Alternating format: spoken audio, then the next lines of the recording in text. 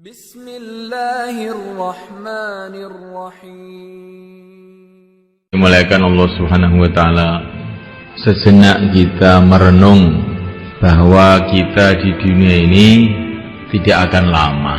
Semua manusia yang ada di dunia ini tidak akan bisa bertahan lama di dunia ini. Orang sakit tidak bisa bertahan lama, orang sehat pun juga tidak akan bisa hidup lama. Orang miskin tidak akan bisa berlama-lama di dunia ini. Begitu juga orang-orang kaya juga tidak bisa berlama-lama di dunia ini. Kalaupun orang itu dijadikan oleh Allah orang yang paling kaya di dunia ini, orang yang paling berkuasa di dunia ini kelihatannya, orang yang paling sehat, orang yang paling bahagia, orang yang paling sakti, sudah paling semua, itu pun juga dia tidak akan bisa berlama-lama di dunia ini. Semua akan ditinggalkannya, kerikil satu pun tidak akan dibawa. Maka kalau orang itu mau merenung, mau berpikir, betul-betul bodoh orang-orang yang membanggakan dunia ini. Orang yang bangga dengan dunia ini bodoh. Nah, sebentar saja kemudian ditinggalkan semuanya. Setelah diangkat jadi raja, maka diangkat ke kuburannya. Inilah manusia di dunia ini. Maka Allah Subhanahu wa ta'ala, pencipta alam semesta ini, memberikan peringatan kepada manusia. Wala taghurrannakumul hayatud dunya wala yaghurrannakum billahil gharur. Jangan sekali-kali menipu kamu kehidupan dunia ini.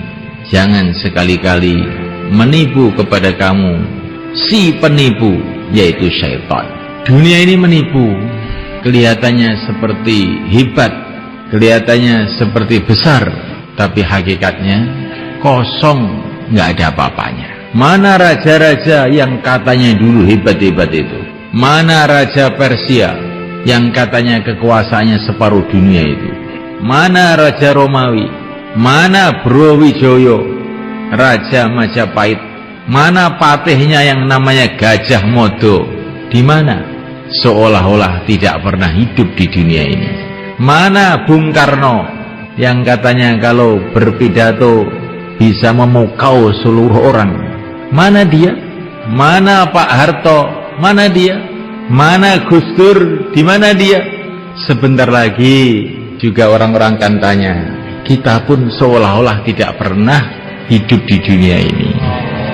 Berlalu pergi, orang-orang biasa tidak bisa berlama-lama di dunia ini.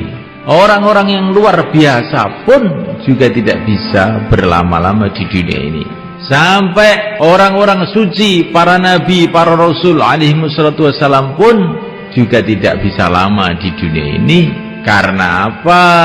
Karena memang manusia diciptakan oleh Allah bukan untuk dunia ini. Masalahnya ini, manusia diciptakan oleh Allah adalah untuk kehidupan akhirat yang selama-lamanya. Sedangkan dunia ini fungsinya adalah untuk ujian. Tabarakalladzi biyadihil mulku wa huwa ala kulli syai'in qadir, alladzi khalaqal mauta wal hayata liyabluwakum ayyukum ahsanu amala wa huwal azizul ghafur. Kehidupan dunia ini Allah jadikan untuk ujian.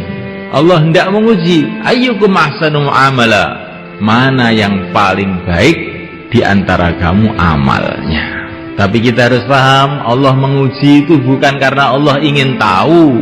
Allah sudah tahu segala-galanya. Tetapi Allah itu menguji supaya kita ini loh tahu. Supaya kita tahu siapakah orang yang baik amalnya, siapa yang tidak baik amalnya. Supaya kita tahu siapa yang layak menjadi kekasih-kekasih Allah, masuk dalam surga Allah, dan siapa yang tidak. Dunia ini diberikan untuk menguji kita. Maka Nabiullah Sulaiman alaihissalam diberi oleh Allah kerajaan yang luar biasa, kekuasaan yang luar biasa. Rakyatnya itu dari kalangan manusia, kalangan jin, bahkan binatang-binatang pun menjadi rakyatnya. Bagaimana kehebatan kerajaan Nabi Sulaiman. Tapi Nabi Sulaiman paham bahwa ini bukanlah satu kesuksesan. Ini ujian. Ada min fadli rabbi liyabluwani aashkuru am akfur. Ini adalah anugerah Tuhanku, karena hendak menguji. Tuhanku hendak menguji, apakah saya syukur, apakah saya kufur. Orang yang miskin itu juga diuji oleh Allah. Orang yang kaya itu juga diuji oleh Allah. Orang yang sakit itu diuji oleh Allah. Orang yang sehat itu pun diuji oleh Allah. Semua dalam ujian. Siapakah yang lulus?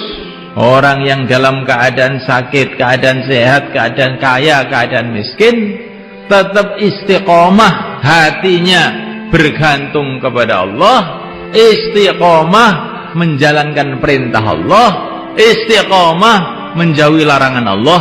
Inilah orang yang sukses. Kalau orang kaya, hatinya istiqomah bergantung pada Allah, amalannya istiqomah dalam syariat Allah, perintah-perintah Allah dikerjakan, larangan Allah ditinggalkan, maka dia lulus. Kalau orang miskin, mengkis-mengkis, sakit-sakitan, tapi hatinya senantiasa tawajuh pada Allah, amalannya mengikuti sunnah Rasulullah, seluruh larangan-larangan Allah ditinggalkan, ini orang sukses. Kemudian